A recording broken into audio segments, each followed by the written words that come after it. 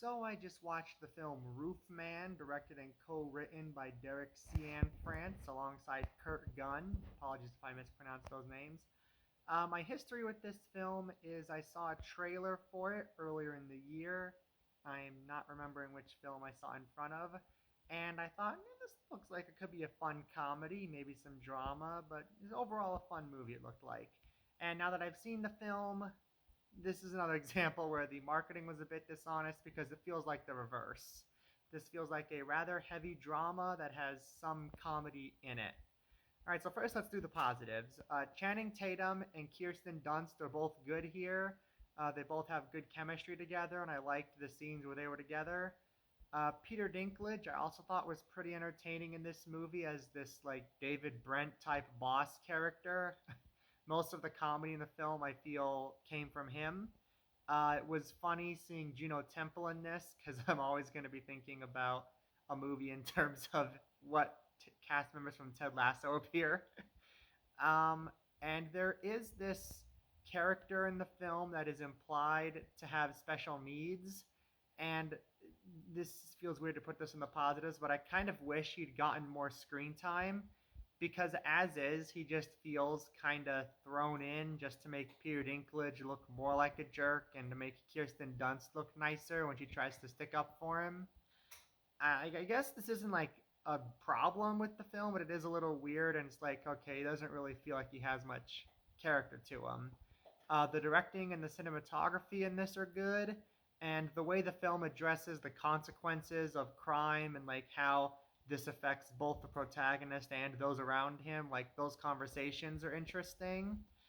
In terms of negatives, like I said, it mostly comes down to just the marketing feeling dishonest in terms of the tone. Like I sort of see the concept of this film like a burglar who like is on the run and so he hides out in a Toys R Us for months on end. Like it feels like this could have been a very easy movie to make like an enjoyable comedic farce.